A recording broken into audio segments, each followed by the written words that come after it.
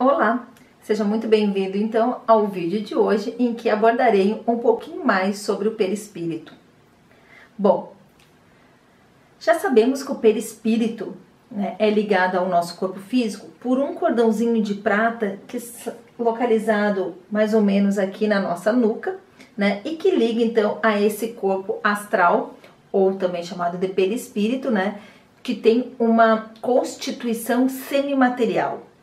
É um dos corpos mais próximos, que nós temos aí da matéria, cuja temperatura, o odor, a luminosidade e também a mobilidade dele, ou seja, a capacidade dessas coesões celulares, são elementos característicos, específicos do perispírito. Também é de conhecimento que o perispírito ele é responsável, a partir do seu, digamos, cérebro perispiritual, de gravar as nossas vivências. Mas antes de falar isso, eu gostaria de fazer uma reflexão.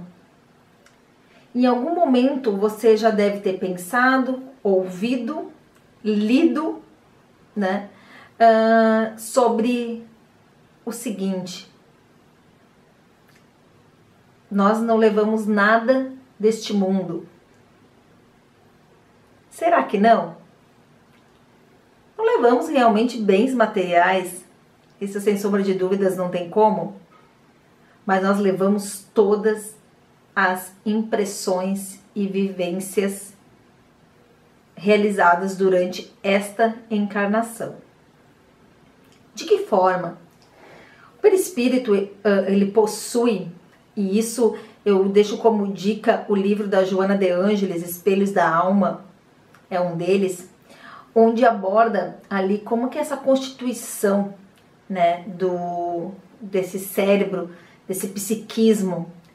E o livro também da série André Luiz, que eu vou abordar com vocês no próximo vídeo, onde Calderaro então explana bem as regiões do cérebro e que ligações ela tem então, linkando um pouquinho aí com a questão neurológica, que é a casa maior, ou a casa mental, que é o capítulo do livro. Agora me falhei um pouquinho aí a memória, tá?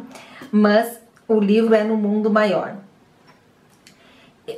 Então, nesse momento, nesse cérebro, nesse conjunto,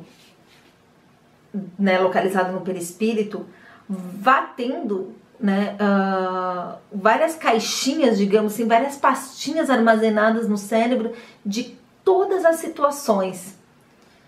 E quando a gente desencarna, isso, digamos, é como um arquivo zipado. Para quem conhece informática, a gente junta um monte de arquivo numa única pastinha e zipa ele, e ali ele fica guardadinho.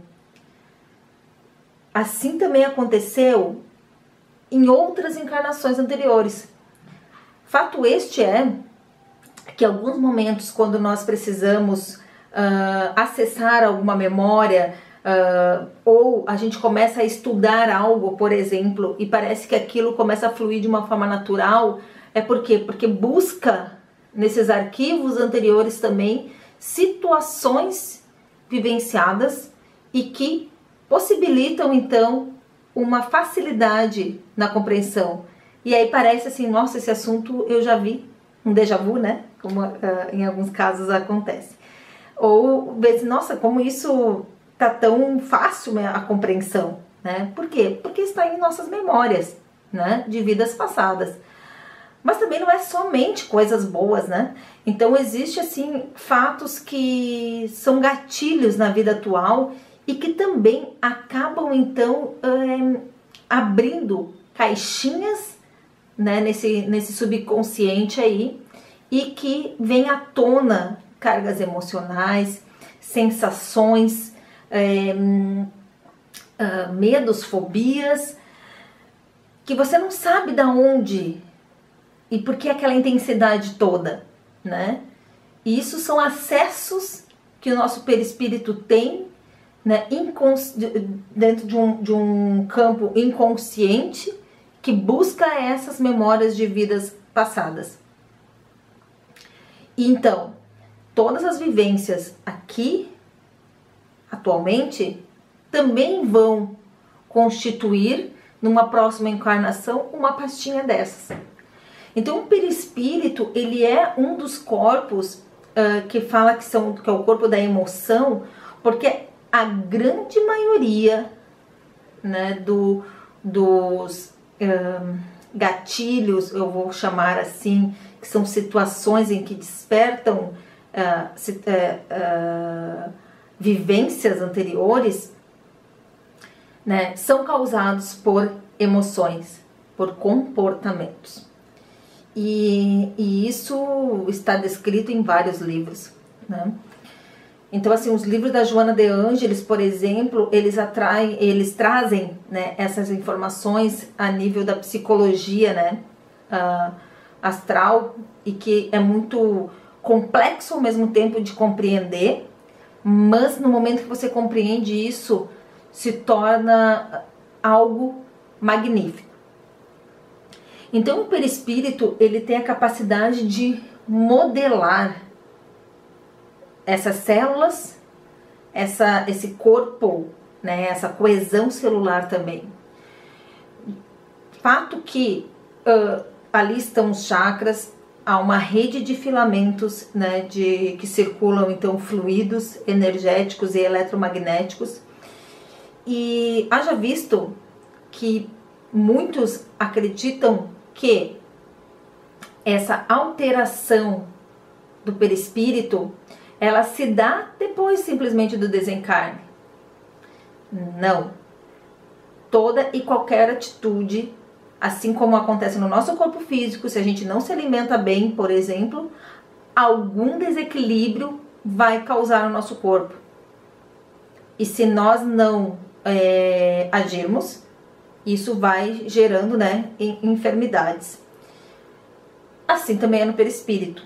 Então, quando a gente abordar, né, sobre a questão comportamental e emocional, há de se ter em mente tipos de fluidos que circulam em diferentes tipos de sentimentos e emoções. E isso tem a capacidade de já alterar células perispirituais.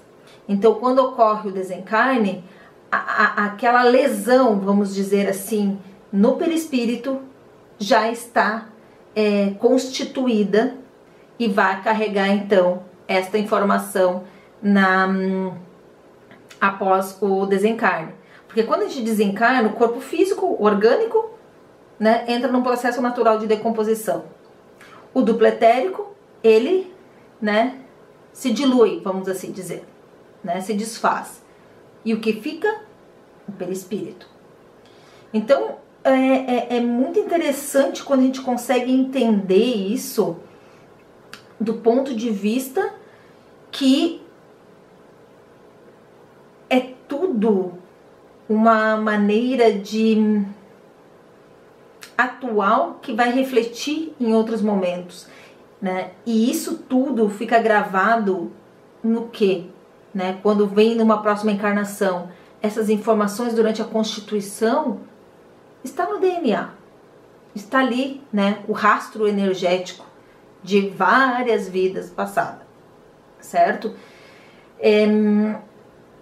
No próximo vídeo eu quero abordar um pouquinho com vocês, aí eu provavelmente vou fazer numa outra modalidade de vídeo com algumas imagens, baseado no livro então No Mundo Maior, de como que é esse cérebro, de como que isso, cada localização no córtex, por exemplo, frontal, né, ou occipital, enfim, o que isso representa, né, o que está ligado a isso, que informação isto carrega no perispírito, e até mesmo durante então uma compreensão, durante um esclarecimento numa mesa mediúnica, por exemplo, ou num num atendimento, né, como a gente fala ali em nosso grupo de apometria.